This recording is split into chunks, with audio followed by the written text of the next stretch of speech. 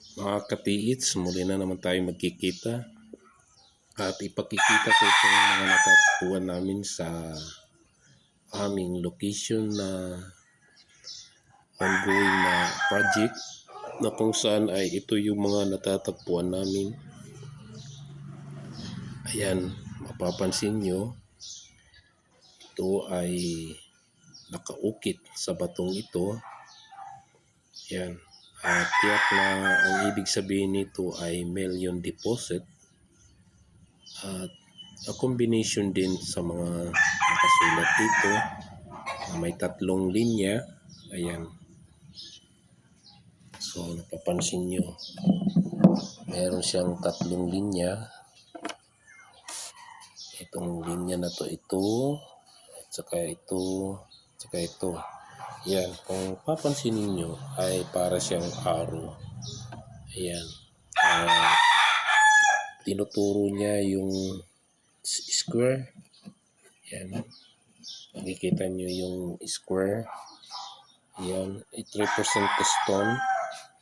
At saka ito yung surface of surface siya na kinalalagyan ng stone. And in this side, meron siyang linya naman na nakaukit papunta dun sa gilid. Mapapansin mo. And then meron siyang ayan. So dito. So papaliwanag natin ng maayos to. So possible ito yung hukay.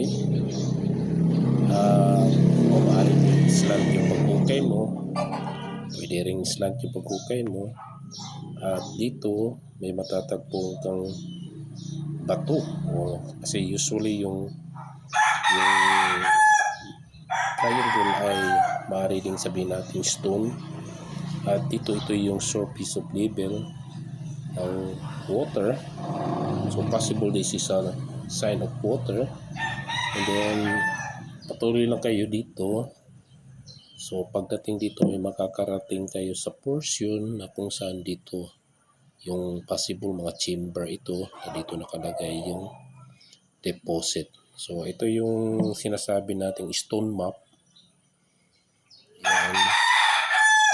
So kikita natin dito. Yan. So mga katiits, nakuha namin to nasa mga 7 feet, no? Nakuha namin itong sign ito. So kaya dapat may alam talaga tayo kung paano natin maiintindihan yung mga nakasulat o nakaukit sa bato sa tuwing tayo ay maghukay. Maraming salamat sa inyo. Huwag kalimutan po mag-subscribe at marami pa po tayong karagdagang kaalaman tungkol dito. Magandang araw po sa inyo.